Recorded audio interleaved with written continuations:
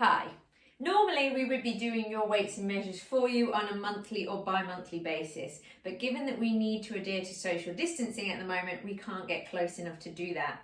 For a couple of months we haven't been doing anybody's weights and measures because life has been very up in the air, but it is time for us to get back on track with tracking your weights and measures and seeing what's going on. Or you might be watching this video because you're a brand new client and it's the first time you're doing it.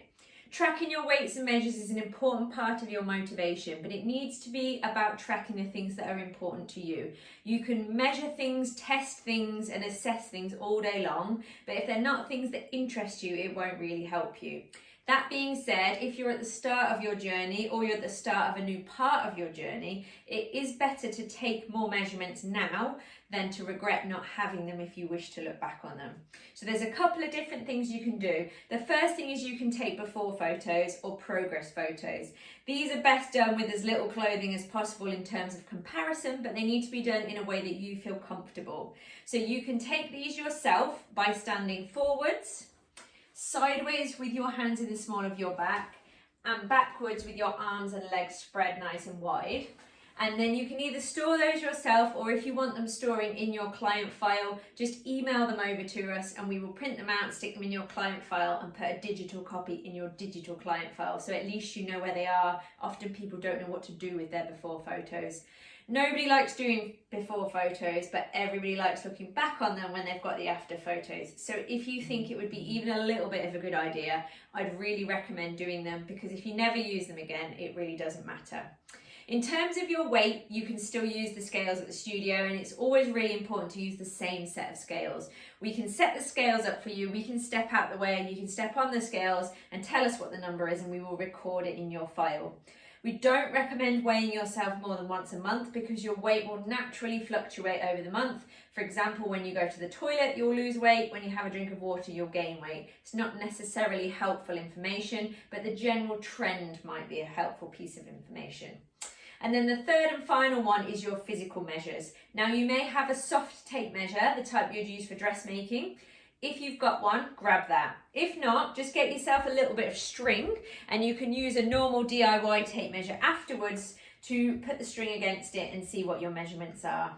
You can do your measurements in centimetres or inches. Just make sure you write down the date you do them, what you're wearing when you do them, and what your measurements are at the different body parts. And as I said, the body parts you want to measure are the ones that you're interested in changing. So I'm going to show you how to do them, both whether you're doing them by yourself or whether you're getting someone else to do them for you. It is more accurate generally if somebody else does them for you, but you might live on your own, or you might not have somebody that you trust or you feel comfortable with to do them for you. So I will explain both ways round. And we're going to go through all the options from top to bottom. So I'm going to start with your arms. So if you're measuring your arms, what you need to do is first of all measure from the outside of your shoulder down to your elbow, with your elbow at right angle like this, using a tape measure, and then you're going to make a mark using a pen halfway along your arm. At that halfway point is where you're going to go round your arm. So if somebody else is doing this for you, you just completely relax your arm down by your side. Don't keep it in this position, don't tense it because it will change it. If you're doing it yourself, get the piece of string in position first, then relax the arm, and then you need to wiggle it off and make sure you then take a little measure of that point. You do the same thing then on the other side, from shoulder to elbow, measure halfway and go round. The reason we're doing these pinpoint measurements like that is so that they're as accurate as possible next time getting it in exactly the same place. For example, coming onto your chest, we're going to use your nipple line, and that's because despite when you lose weight or gain weight, depending on what your goals are, hopefully your nipples will stay where they are, and that means it's easy for you to find the same place. Anything around your trunk section, you need to make sure that the line of the string or the tape measure is parallel to the floor. Try to make sure it's not angled.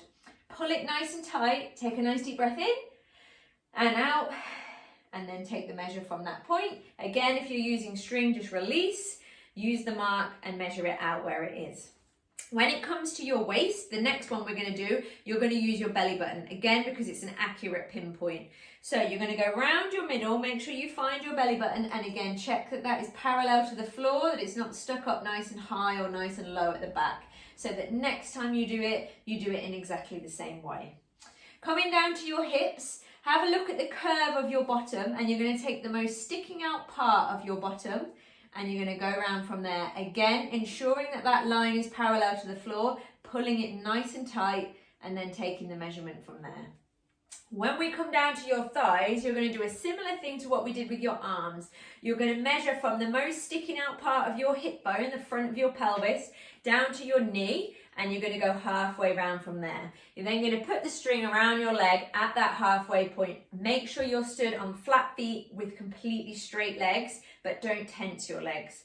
That's because, again, if you move your leg, so into this position, it will change shape, and then next time you do your measures, it won't be completely accurate. When it comes to your calves, you want to go to the most sticking out point on the belly of the calf. You're not going to lift your foot up like this. I'm just getting it into shot for you. You're going to do this with your foot on the floor, completely relaxed. And then the same thing on the other side. Please bear in mind that your right side and your left side will not necessarily be the same. They very rarely are, especially with your arms, because we're right or we're left-handed. We tend to be stronger on one side. So make sure you accurately measure them on both sides and write down which side it is, the date, and what you're wearing. Try to wear the same clothes, try to use the same tape measure, and either you do it again yourself or ask the same person to do it so that they pull it the same amount of tightness for next time you do. Once you've written your measures down, email them over and we will stick them in your file so we can keep track of them. And if after you've done them you want any help with your goal setting or any changes you might need to make to your diet or your exercise program, that is of course what we are here to support you with, so please just ask. Any questions, let us know, and I will see you soon.